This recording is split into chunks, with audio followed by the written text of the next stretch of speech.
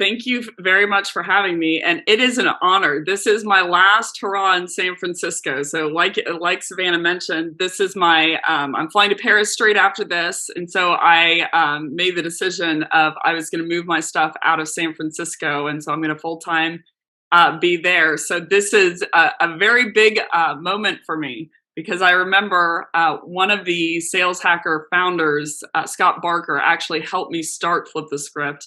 It was with the Sales Hacker webinar that basically, really got me into content and personalization at scale. So it's very fitting. The last thing I would do is a webinar with Sales Hacker. So anyhow, very excited to be here. I love that everyone's in the chat already. I love that Brendan said, Beck, what would it take for you to use Brad for your crappy rep example today? Because I typically lean towards Brendan for some reason. So Brendan, I think it would take a completely new brain at this point. I'm gonna be candid. But anywho, if you could just jump in the chat, and if you could give, I see that people are giving their location. If you could give, name, company, role, and one thing that you want to uncover, whether it comes to selling, discovery, something you're struggling with, or it would be very interesting for me to understand what made you show up today. What made you give me the time today around the topic of challenging on the sales floor? So I'm going to go ahead and share my deck, but I almost want to incentivize people with a Starbucks gift card for the best questions. So as much as I love monologues, I would love it if y'all would ask questions and keep the chat alive. So with that, I'm going to go ahead and share my screen here. So famous last words. So here is the deck for today. Today we're going to get really, really meaty. And the topic today is, what do you quote unquote challenge within selling? Who are you challenging? Why are you challenging them? What is the goal of challenging them? And is that really a mechanism that we should be pursuing at all? So I'm going to cover quite a bit of meat today. And yes, the deck will be sent out afterwards, but I wanted to jump in with the difference of very, very quickly with the difference between pain and problem. And then we're going to go into all the criteria that you have to gather first, and then what you would challenge. So with that, the first topic at hand is, what is the difference between a pain and a problem? This is just kind of for anyone who was on the first webinar, this is just kind of a recap. But I hear them used interchangeably in the industry. But a pain essentially is anything negative, any kind of uncomfortable experience that you're experiencing. And there's pain literally everywhere. You try to put your keys into the car and maybe it takes a little long to get into the car door, or your internet's maybe a little slow, or, maybe people make noise around you in your apartment. I'm just naming pains of mine. But point being, a pain is going to be any kind of negative experience within your day-to-day life. So in this context, it's going to be within the professional realm. So any kind of pain, things that take too long, things that usually are going to cause some type of pain in accordance with a metric. A problem is going to be anything that you solve or solve for. So the inherent difference there, and knowing the difference, is not all pains are problems, meaning not all things that are negative am I going to solve for. And not all problems are painful yet. So a problem is something that I mobilize and I decide to actually do something about. So I saw a great question in here already that Zach asked, how to build trust and identify that within a discovery call. So it's a great question. That's actually what we're going to go into. And we're actually going to cover, Michael, what you asked of how to go from a nice to have to a must have. So in accordance with problems, people are only going to solve something or prioritize something based on the size of the problem. So the size of the problem essentially is going to be the pain combined with the impact. So I want you to think of impact as almost extended pain typically. So a great example of this is when I left my place in Paris a couple of weeks ago. I had someone painting and he knocked out the internet cable, which doesn't sound like a big deal. But for me, considering I had to set up all of the internet in French and do that with vendors, and I've only been learning French for 7 weeks, so it's pretty bad at this point. It was a long haul for me to get that internet set up. But that probably wouldn't have mobilized me to do something about it immediately. But I knew the impact of not having internet when I came back essentially is I can't do any kind of speaking engagements. I can't do any of my training as soon as I get back. I can't do anything professionally, work related. And so it's not just about, oh, I can't surf the web or get onto Netflix. There was a bigger impact to me. So because of that sizable impact, while I was in the US, arranged for someone to go over to my place and essentially get the internet fixed. Now that cost a lot of money. But in my opinion, or in my brain, the problem was huge because I would miss a lot of speaking engagements and a lot of different trainings whenever I landed in Paris. So I saw it as a win that someone was willing to go over for a premium price and fix my internet, even at the risk of I wasn't there to manage the process because of the size of the problem. So if I'm going off of pain, a pain, even if someone admits to it, it's not going to become necessarily a problem unless the pain is big enough or the impact is big enough if they don't solve for it. So that's just kind of a level set.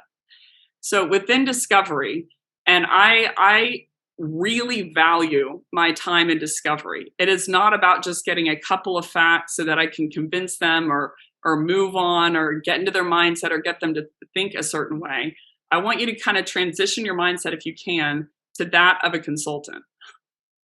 So that's actually what really helped me in the selling world, was becoming a consultant, because I had to diagnose everything that was going on, because my job is to find the problem and to solve the problem for the person. So my time within discovery, if it's 30 minutes, I can barely get it done sometimes, but usually it's going to take at least 45 minutes for me to uncover everything that I need to uncover to recommend a solution. So if you could transition your mindset to that of a doctor and how you're asking questions versus a lawyer where you're trying to prove something, that usually is going to alleviate most of the problems within discovery. So a doctor is paid to essentially prescribe a solution, and a solution is anything that will change your current state. But the doctor's job is to prescribe the right solution that will change your current state in a way that will ultimately solve the problem. So to understand what solution is best, I have to understand what the problem is, what the root cause is, so I know what I need to change in order to solve their problem. So within the infrastructure, and I don't know if y'all would mind jumping into the chat, how many of you, yes or no, were a part of webinar 1, where I went into the deep infrastructure of diagnostic selling? So we got actually mostly no. Well, or a split deck. Okay, so I'm going to briefly cover basically all the things that I'm uncovering in discovery and then what you're going to challenge. So I'm calling this infrastructure diagnostic selling, and essentially there are 3 steps to it. The first step is, how do I uncover their self-diagnosis? So there's 7 pieces to that. What they've self-diagnosed as the problem, what they've self-diagnosed as the root cause, what they've self-diagnosed as the current impact, what they've self-diagnosed as a future impact, what they've self-diagnosed as a current event trigger, meaning the last thing that made them want to buy, that happened that made them finally want to buy, the future event trigger, what's happening in the future that's making them want to solve for it now, and what they've self-diagnosed as a solution. They're not going to have necessarily all of those. A lot of times people will have self-diagnosed a problem, self-diagnose a root cause, and self-prescribe a solution, thanks to WebMD and the internet. But I'm trying to, for step 1 of diagnostic selling, I'm trying to uncover what their self-diagnosis is. Step 2, though, that's only a piece. Step 2, though, is I'm trying to develop my own diagnosis as the expert. What do I think the problem is? What do I think the root cause is? What do I think the current impact is? What do I think the future impact is? What do I think are the current event triggers that make the problem we're solving now? What do I think the future event triggers are that make the problem we're solving for it now so they avoid something in the future? And what do I think the solution is?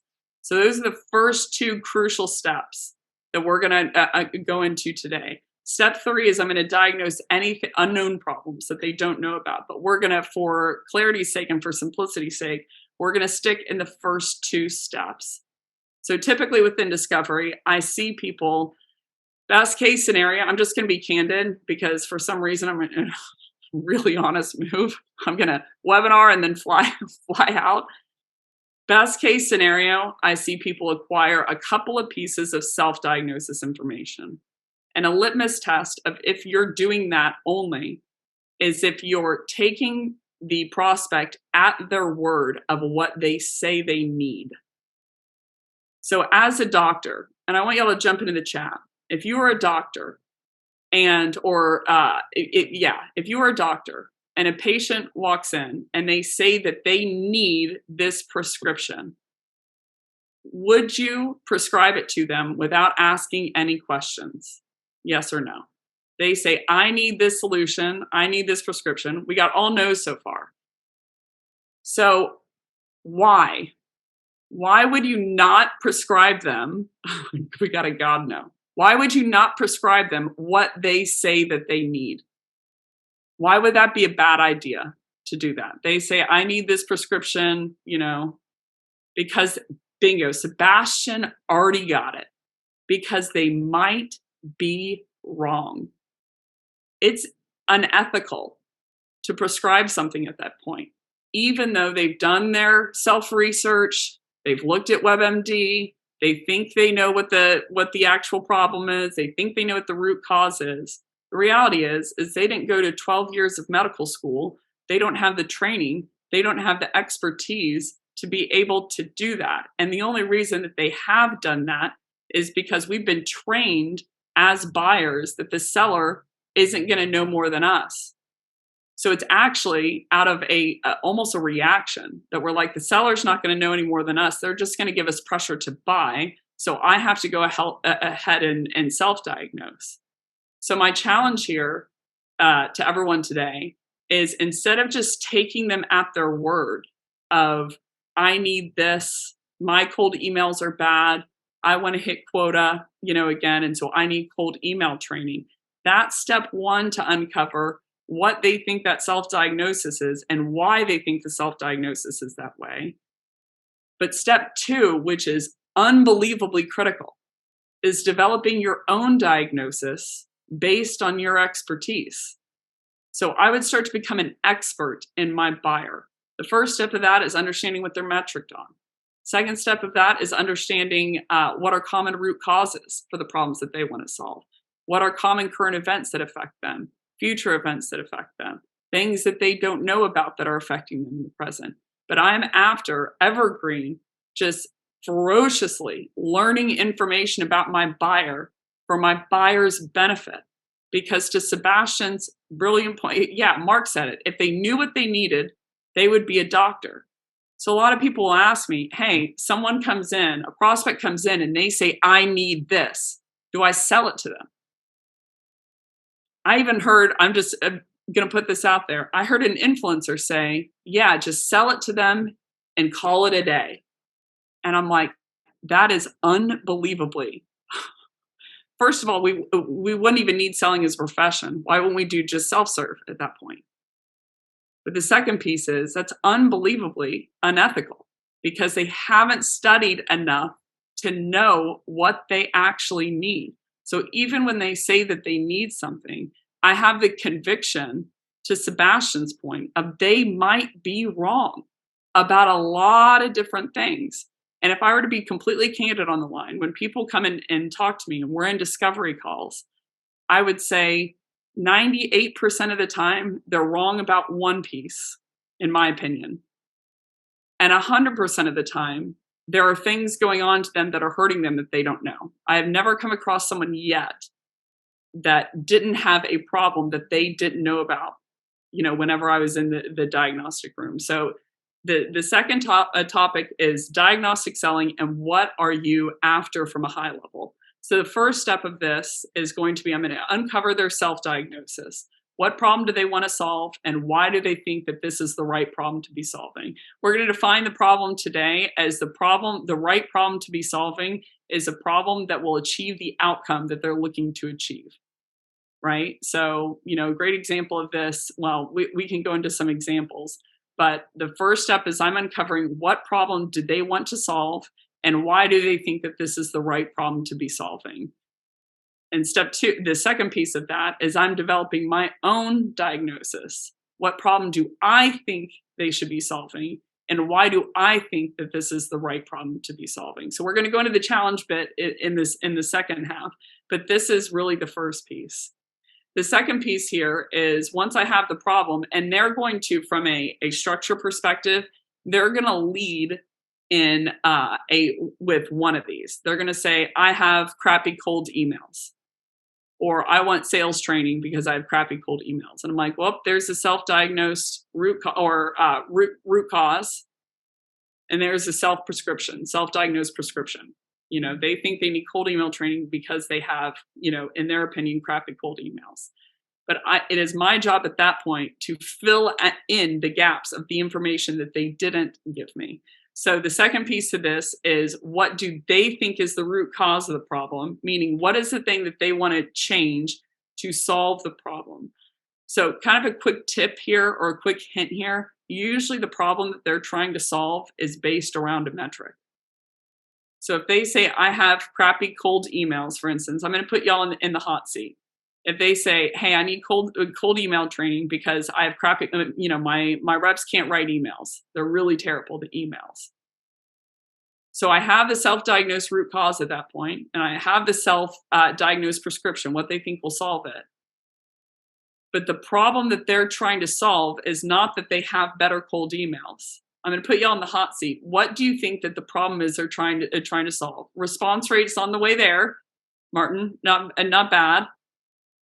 Money, you're kind of adjacent to it. What's the problem? And the hint is it's typically right. Scott got it. So it's typically going to be in relationship to a metric. So if I'm a BDR team, the metric that I'm probably trying to solve if I have crappy cold emails is that I'm lower than my SQL quota, likely. You know, so I would back up and I would be wondering, like, tell me a little bit about your emails. I'm going to, you know, validate the root cause.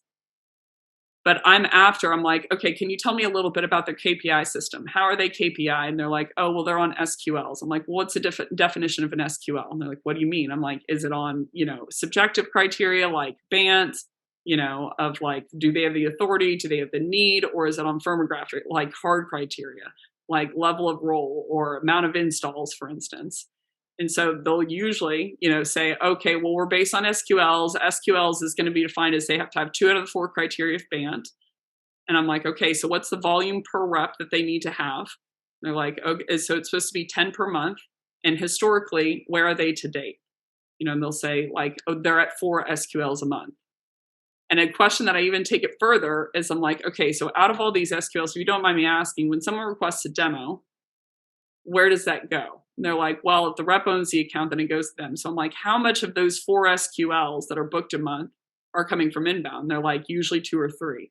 So that nails out to me that they only have 1 per month on outbound that are coming from their reps on average. And they have a delta of 6 SQLs to make up per month. So now I'm getting my scope around the problem. The problem that they're trying to solve is not that they have better cold emails. The problem that they're trying to solve is that they're behind on quota.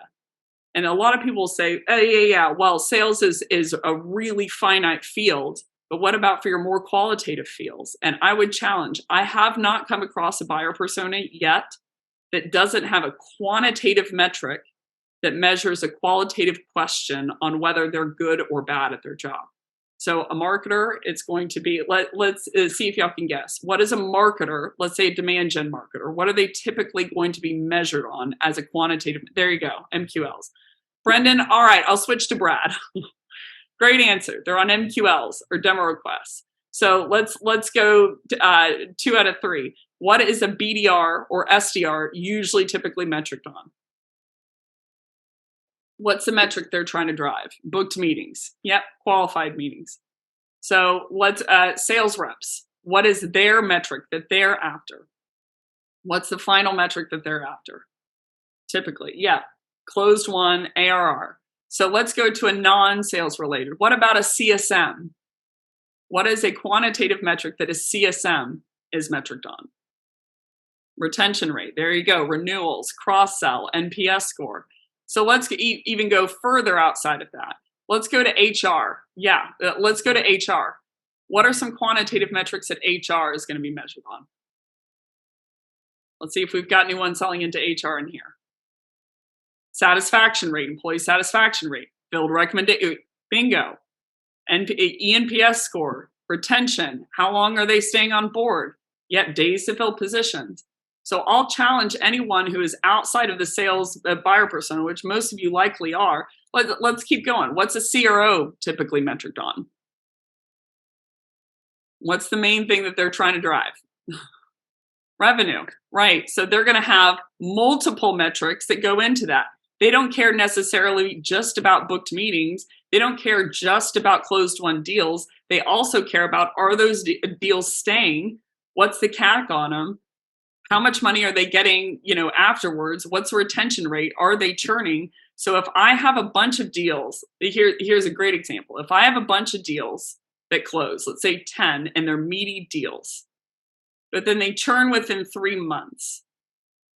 As a sales rep who's measured on closed won ARR, would I really care about that? If I book, yeah, Martin got it. I love the honesty. Not really, because I'm on closed won that they closed. But Martin, I'm going to ask you a second question. As a CRO, would I care about that? Yes. And why would I care about it as a CRO? Yep. I can't hit my revenue quotas. So yeah, it impacts my metrics. So people are always thinking about their metrics. As a sales rep, I don't really care if they churn. Now, ethically, I probably do care to some degree. But as a CRO, I care if they churn because that's going to impact my revenue metrics. So the first thing that I'm trying to diagnose here is the problem that they have self-diagnosed. And then what do I believe that the problem is? So a great example of this, I promise that we're going to get into challenging here. I got to speed up.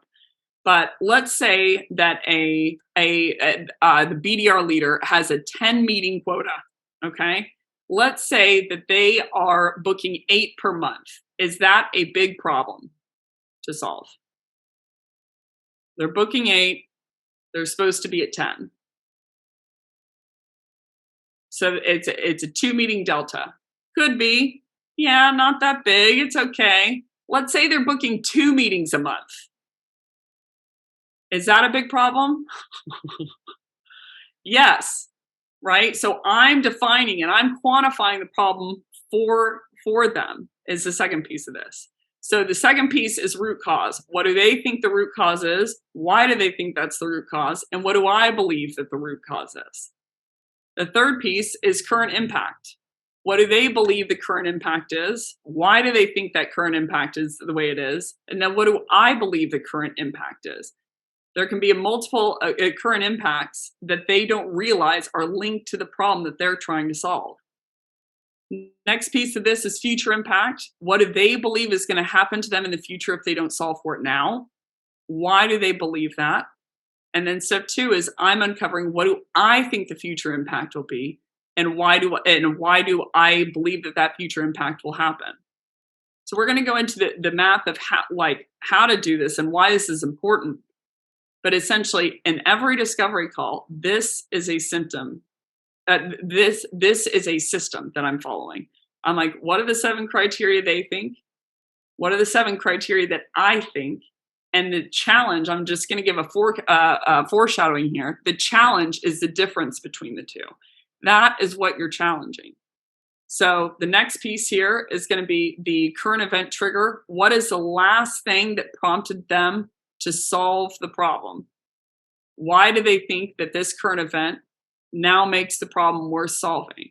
So in any kind of problem, there's going to be a last straw that hits.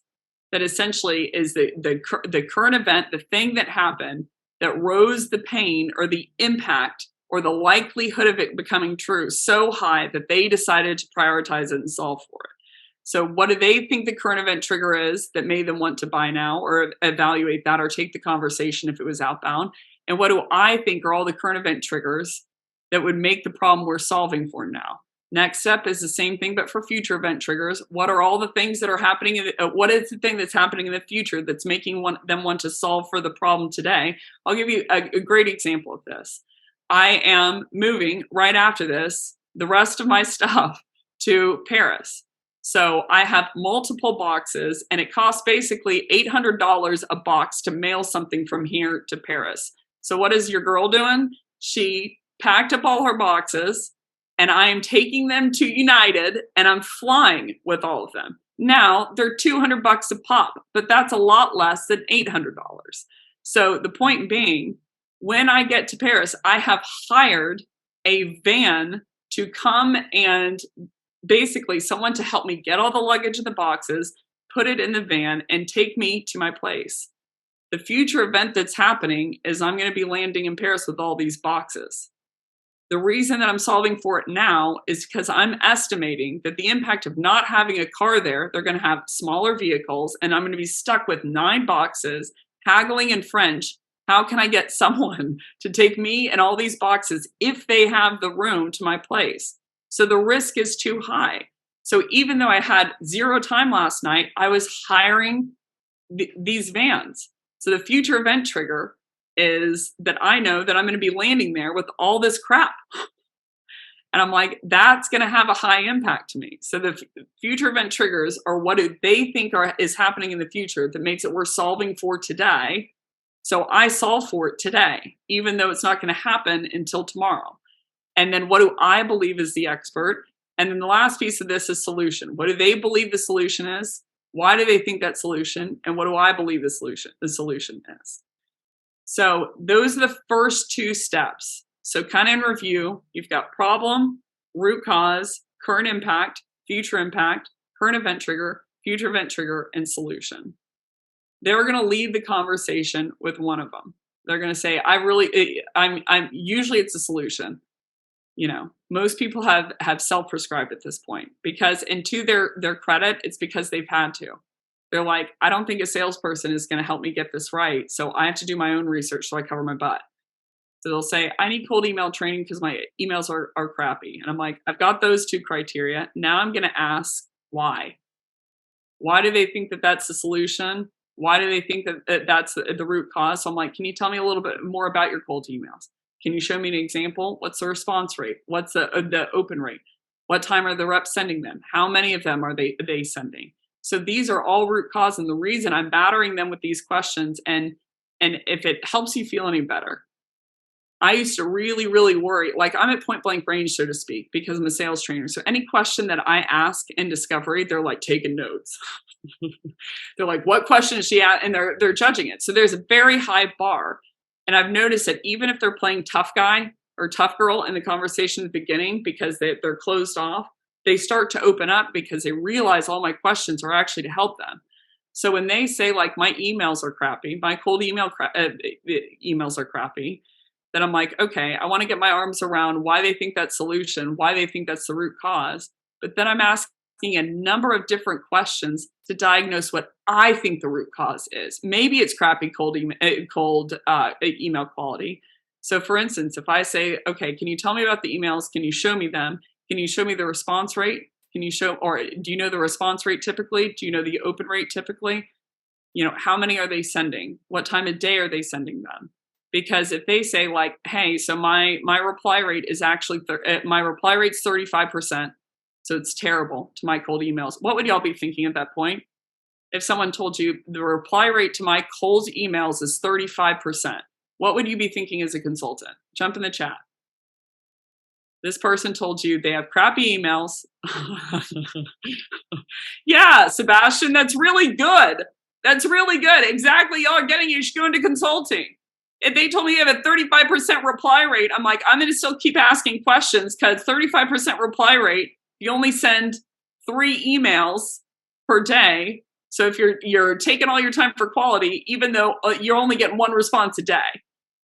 So I'm going to keep asking questions, but I'm like, I'm thinking right off the bat, like, that's not a bad reply rate. That's a really high. Industry average is 0.5, you know? So I'm asking a lot of questions and something before I dive into this challenging bit. something that I had to learn that's really important is, and this is going to sound nuts, but I would resist the urge to correct them in the moment. Because what ends up happening is if you try to correct them, all of a sudden, first of all, you haven't asked enough questions to know that what they're saying is wrong. But second of all, you can end up going into a diatribe where you're fighting about this one item. The reality is, it's not my job to challenge them. It's my job to help them, right? So I want to get all of the information that I can because I'm like, I think they're likely wrong here. But I'm like, there's probably 9 or 10 others that they're a little bit on or off about. Maybe they think something is a problem and according to industry average, they're actually doing pretty well. Maybe, they think something's a problem or they want to solve a problem. They're like, I want to book per rep 50 outbound SQLs per month. So jump into the chat. If someone said, I want to book 50 outbound SQLs per month, per rep, what would y'all be thinking? Someone said that. You're insane. It's not doable. The problem's not solvable. But the point being, before I go into any of this, I think it's really important that when you're in discovery, the point of being a seller is not to be right. And the point of being a seller is not to manipulate someone into buying. I see over and over and over and over all of these technique seminars on how to make someone feel heard or, lead with empathy or pattern interrupt. And while all of that's good and fine to get them to open up, if you have no MO at that point, so let's say you do use some accusation on it or whatever it is, and then they feel good and they start to open up. If you don't have the goal of diagnosing, then you're worse than the seller who couldn't get them to open up because now you just manipulated them into buying. So the goal of a seller in the room is to diagnose, to help them, to course correct, to Sebastian's point, where they're wrong. So that is not only the expertise of a seller, but the importance of a seller. That's when we would really add value to the room, is when we can help them based on that. So we're going to start with problems. So problems is just review. The first step is, what problem do they want to solve? Why do they want to solve it? What problem do I think they should solve? And why do I think that? And the delta of what you're challenging is there's 3 types of things that you're going to have at this point. You've got your prospect self-diagnosis here and your expert diagnosis here. In the middle is the stuff that they self-diagnose and they self-diagnose correctly. The problems that they self-diagnose and they self-diagnose correctly. They're like, I want to solve, this, I'm at 6 outbound SQLs per month. I want to get to 10. And the reason I want to get to 10 is because we're having, the board's flying in, they're having some review. Apparently we just raised money, and they want to evaluate whether they can scale the program that we've already built to date, whether it's strong enough to scale it to hit our growth goals. So the accurate diagnosis, is they want to solve the problem because they believe that if they get to 10 per month, then the board's going to go, yep, you're good to go. You can scale it. So that's the accurate diagnosis. But in my opinion, or in my experience, let me put that out there. This bucket is usually very slim. Of the problem that they want to solve, that they've self-diagnosed it, is actually correct. On the left-hand side is the problems that they've misdiagnosed, meaning they believe that solving this problem will affect the outcome in the way that they want, but they're wrong. And then on the right is the missed diagnosis. So in medicine, there are 2 types of these diagnoses. Misdiagnosis and a missed diagnosis. A misdiagnosis is something they self-diagnose and they self-diagnose incorrectly. A missed diagnosis is something that they didn't diagnose at all, that they also need to solve to get to the outcome. Both of these are huge buckets in my experience. So why I'm going after step 1 and 2, understand what they think the problem is and what do I think the problem is because I want to uncover, have they misdiagnosed a problem? And also, equally as important, if not more, have they missed a problem that they need to also solve? So people are after an outcome. The outcome is hinged around the impact. So if I had, essentially, let's say I had hired these movers on the back end, these vans, and yes, they could help me get the boxes to the car, and they hypothetically could, like help me get to my apartment. But when they helped me get to my apartment, there was some rule that they couldn't help me take the boxes upstairs, for instance. So they did get my boxes to the apartment, but they didn't help me get the boxes upstairs. The outcome that I wanted is if I left a bunch of boxes out on the street in Paris, someone would probably steal them while I was trying to go upstairs with one. So even though they solved my problem, my outcome still isn't achieved because now my crap's gone. So I just spent $200 per box to get my crap stolen. So the point is, I'm after, is there a misdiagnosed problem that they also have to solve in order to get the outcome? The outcome that I want is to get my stuff into my unit in Paris without being broken and without being stolen. So this is the first step to challenging. I've only got 20 minutes left. I want to take a step back and hinge off of this word challenging, because I know it's a big word in the market. There's a number of books out off of it. The goal isn't to challenge them. The goal is to help them. And in my experience, when I start diagnosing, I actually don't have to challenge them really at all. In the demo call, I'm like, this is what you need to solve for, and this is why.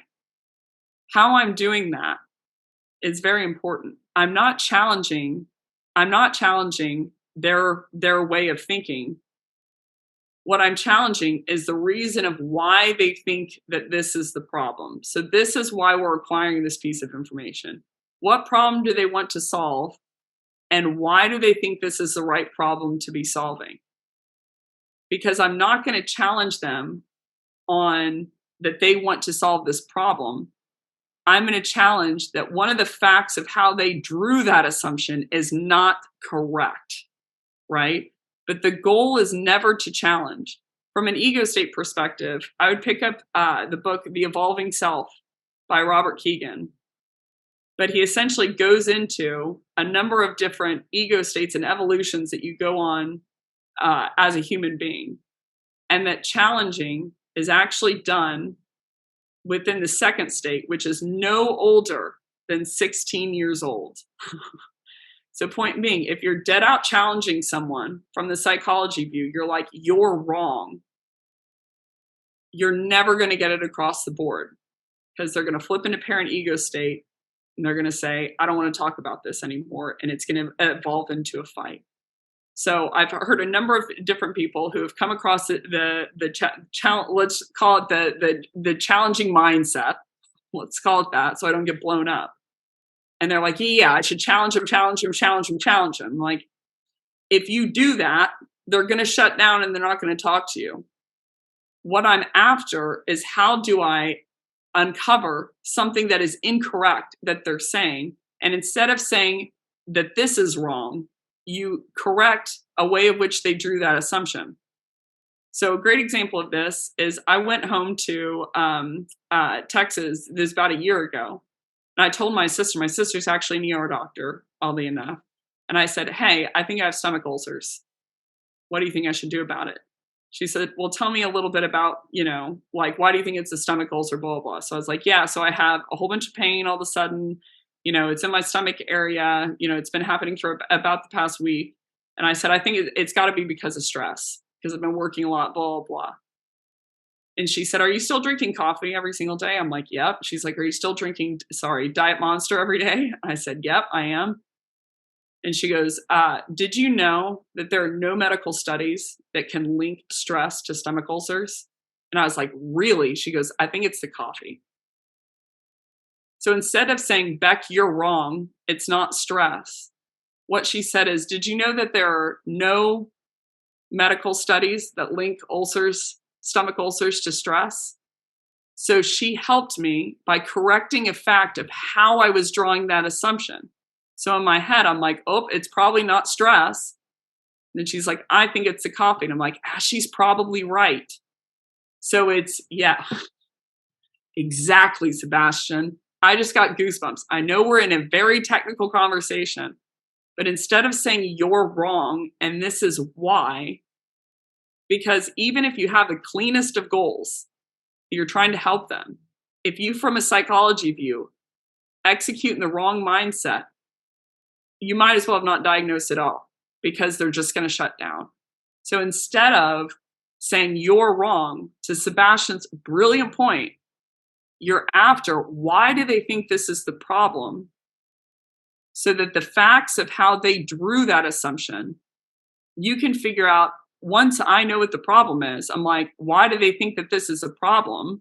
And I'm like, oh, they think this is a problem because they believe this fact that is not actually correct. So instead of saying they're wrong, I'm correcting the fact. So they almost auto-correct for me. They're like, oh, that's not the problem at all. And then you're a team at that point.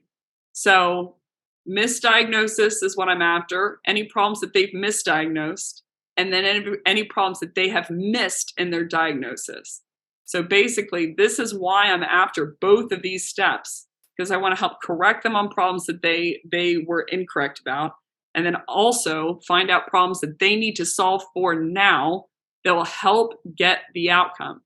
So for instance, in the luggage scenario, let's say that van was going to drop me off at the front, but they weren't going to help me take the suitcases upstairs.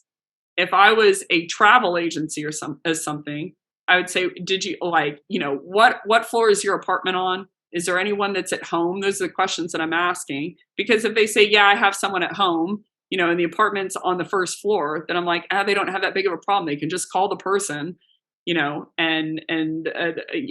who's at the house and they help them. Or have one person watch the luggage and then I go take it upstairs. But if they say, I don't have anyone at home and it's on the 5th floor, which for France, it means the 6th floor, then I'm like, they have a problem. So I'm after diagnosing, they have the misdiagnosis problem of the thing that we also need to sell them to help them get their outcome of getting their luggage in the top floor, is an on-site service of once we get there, that there's like 2 chauffeurs, for instance, that helps me get the luggage upstairs, outside of the vehicle and upstairs. So the reason I'm after these, before, anyone thinks that I'm a nice person, it's not true. The reason I'm after all this one is ethics, correcting a misdiagnosis. But this one, people are like, I just want to blast quota. And I'm like, people are going to buy and spend money based on the size of the problem. So if in the luggage scenario, if I don't know that I'm going to have the problem of getting it upstairs, then I'm not going to buy a service to help me get it upstairs. But if I, as a seller, uncover that they have no one at home and it's on the 5th stage and it's in downtown Paris, and I found a misdiagnosed problem, I have just now found a problem that I can prescribe a solution to, and I can sell them. So this is how I upsell. It's not by changing the current state, it's by changing their perspective and awareness of the current state. So let's say they think the problem is the size of Texas, or is Texas. And I'm like, well, that's correct, but there's also quite a few other states. Meaning the actual size of the problem is the entire United States. They believe that it's Texas. And after asking diagnostic questions, I understand that it's the size of the United States. Part of it, even if you're a rep that just wants to blast out quota, this is the way to go. Because now I've uncovered 49 other states that I can essentially be like, hey, you have all these other problems too. So I can sell them stuff accordingly to solve their problem. Not only is it ethical, but it will help you blast out your quota when I find problems that they didn't know about. I'm going to say one more line and then we're going to keep going. I hear people say, we work with people who need, who want. Are you in the market for blank? Do you need cancer medication? I'm like, I don't know. Do I have cancer? I'm not going off of what they think they need. I'm going after what I know they need after I've diagnosed for them, because that's what's going to help increase the size of the problem, increase the size of the sale, and also, on a side note, help them. Help them get more, get to their quota. So that's why I'm after it. Just if you're the kind of seller who just wants to blast out quota, you're not mushy gushy at all, then I'd say this is the way to do it. I'm aggressively finding out crap that they don't know so that I can hopefully help them by solving for that stuff. That's what a doctor's paid to do. Second step is root cause. So for problems, some of the questions I would ask myself is the problems that they have self-diagnosed. Is that one that will actually affect the outcome at all? Is that one that will affect the outcome in the way they want it? Is their problem solvable? Is it one that can truly be solved for? And does my product actually solve for this problem? Those are some of the questions I'm asking in my head. So if I come across a problem that they're like, I want to book 100 outbound SQLs per month per rep with a 15K ASP on outbound strictly, and I want it to be done starting tomorrow. I'm like, well, I want to be married to Jude Law. It's not going to happen. It's just not going to happen. So I don't know what to tell you, but ethically, that's what I'm after. The second step to this is root causes. They think, what do they think the root cause is? We have crappy cold emails. What do I think the root causes are? And then I'm trying to understand what are the root causes that they've misdiagnosed and the root causes that they've misdiagnosed in their diagnosis. So a number of different people have asked me, well, what questions do I ask to help uncover this? So if I were you today, if you can't close your eyes and name what your buyers are metriced on, I've got 6 buyers, CTO, CIO, blah, blah, and you can't name what your metric are, that's step 1. Step 2 is understanding what are the root causes that commonly cause them missing that metric. So for booked meetings, for instance, the one that everyone wants to talk about is quality. They're like, it must be the quality of the cold email. And I'm like, sometimes it is. A lot of the times it is. So like, my emails are terrible. I'm only getting a, 0.5% reply rate. And I'm like, oh, that's industry average. And I'm getting a 25% open rate. So I want to train my reps on how to have better cold emails. So I'm like, can you show me an example of the email? And so I'm like, and they're like, they show me the example of the email. I'm like, oh, that's probably not good. And their reply rate's not good. That's an accurate diagnosed root cause. But a missed diagnosis root cause is they tell me, hey, we're sending them all at, I'm like, what time are you sending the emails? They're like, I'm sending the emails at 8 a.m., Monday, Tuesday, and Wednesday. And I'm like, oop, there's a misdiagnosed root cause. Because the best hit times are going to be Wednesday, Thursday, Friday afternoon from 2 p.m. to 6 p.m. So even if their quality, does increase, another thing that they need to solve for is what time of day they're sending them. And I'm like, what did you say your open rate is? And they're like 25%. And I'm like, oop, there is another misdiagnosed root cause, because it's probably anyone with less than a 50% open rate. If you're listening to this and you have less than a 50% open rate, you have email deliverability issues. Period. Just by and large. So number of different things that can cause that. If you're sending subject lines that all look the same, if you're sending any more than 50 emails per day, if you're sending them equidistant on timing, 105, 110, 115, 120, 125, 130, 135, if you're sending, including a list of spam words, so solution, problem, struggle, discount, not spam, are all triggered spam words. If you're using LinkedIn in your subject line, it's going to send them to the promotion filter.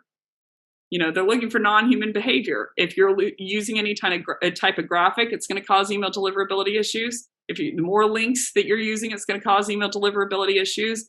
Even a tracker that you can understand whether they opened it or not is going to cause email deliverability issues. So I'm asking all of these questions.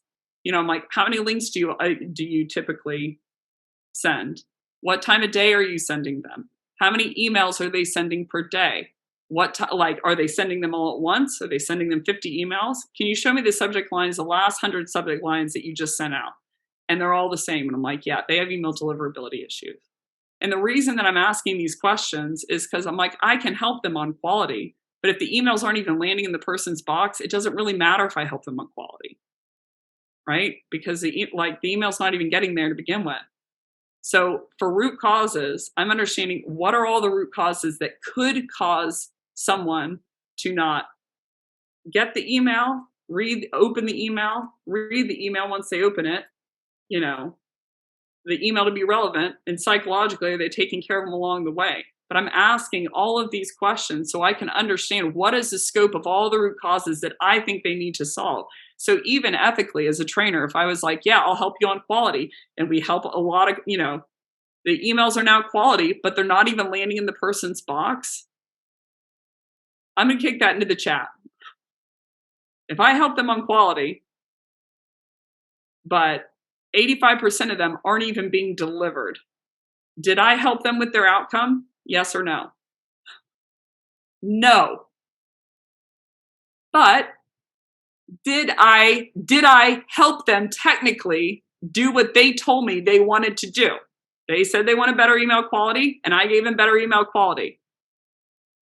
Did I technically help them with what they said they needed to do? Yes, technically I did. But the problem is I give a crap about my buyers, and I give a crap about their outcomes. So if I didn't help them with their outcome, then I'm an unethical seller at this point, because I'm like, yeah, I gave you what you said that you wanted. I gave you what you said that you needed. But if I don't help them if that person leaves me in Paris with 5 boxes sitting there like a lame duck, and then I take 1 box up and I struggled to get it because I got chicken arms, and then 4 of my boxes were stolen, I just went the long way to get all my crap stolen. So that's step 2 is root causes. Next one is current impacts. What do they think the current impacts are? What do I think the current impacts are? The difference is, have they misdiagnosed any current impacts, meaning the current impact isn't actually being caused by the problem they're trying to solve? And have they missed any current impacts that are actually being caused by that problem as well? I've got 5 minutes left. I went way over time. Future impact, same thing. If there's one takeaway, let it be this. Hunt after root causes, problems, current and future impacts that they commonly misdiagnose, but more importantly, that they commonly miss in their diagnosis. Every single discovery call, I ask them questions on, I want to see subject lines, what time of day they sent them. I want to know open rate so I can see if there's email deliverability issues.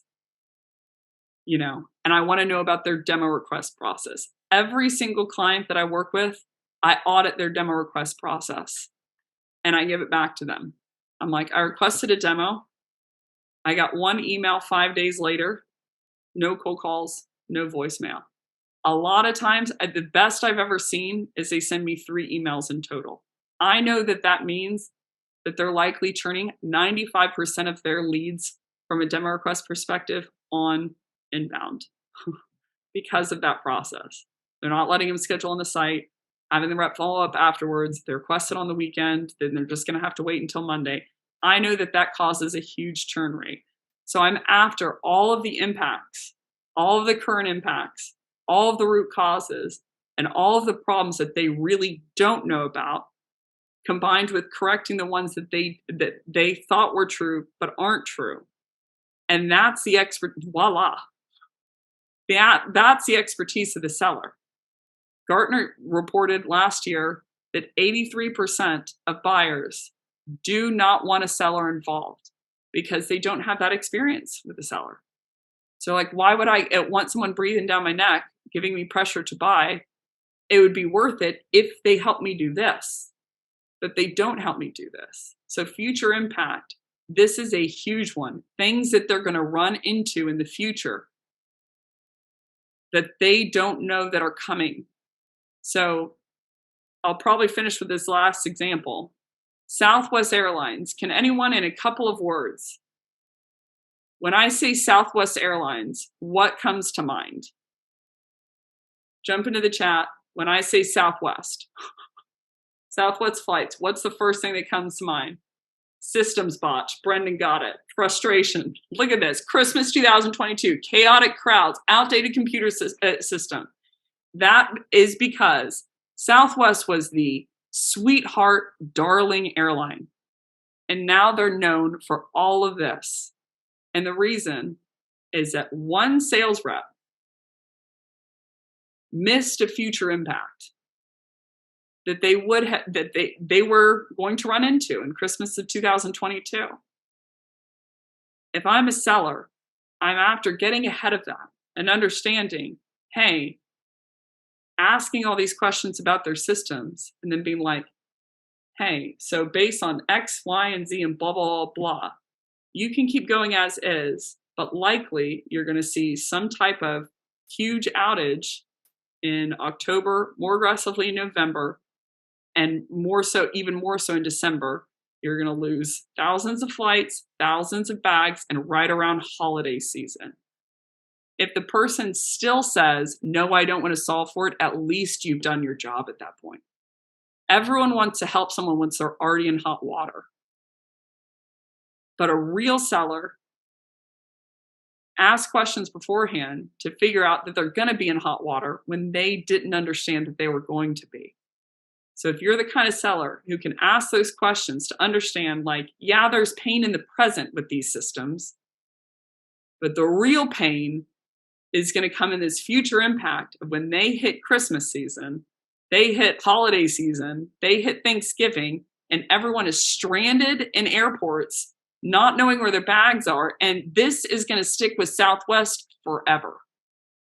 It will never be the same because one seller, a group of sellers, didn't see that coming. So my challenge, and I know it's quote unquote more difficult than just saying like, hey, what's your pain? And then just pushing them into negotiation and asking a bunch of technique questions. But I'd argue what's more painful is the experience that your buyer is going to have to go through. And what's also more painful is that's not adding any value. So you're likely, you're not going to be able to, the original question, you can't build any trust. Trust is not just that they believe that you're telling the truth.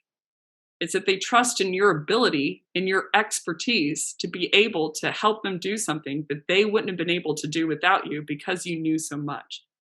There's a couple sellers in my head. I'm going to close with saying this. There's a couple sellers in my head all time that have been the seller that helped me get ahead of problems before I knew that they were going to come into play. And I am forever grateful for those sellers, even though they probably tripled my price tag of what I came in originally to buy. So my challenge is to figure out, what do they think the problem is? Why do they think that's the problem? What do they think the root cause is? Why do they think that? What do you think it is? So you can challenge a misdiagnosis, and put them in a much better spot than they were before they ever met you. That's everything, Savannah. I think we're up on time. It's not everything, but we are up on time. Yes, we are up on time. Don't worry, everybody. You'll get the deck. We'll send it out with the recording after we hop off. But safest travels to Becc. And thank you all for tuning in today. We will see y'all next week with Jason Bay. And yeah, thanks again for tuning in and have a great rest of your day. I just want to clap to everyone in the chat. They made this so fun. And Brendan, I didn't mention Brendan once. New name out there. Okay. All right, everybody. We'll see y'all next week. Thanks again, Becc.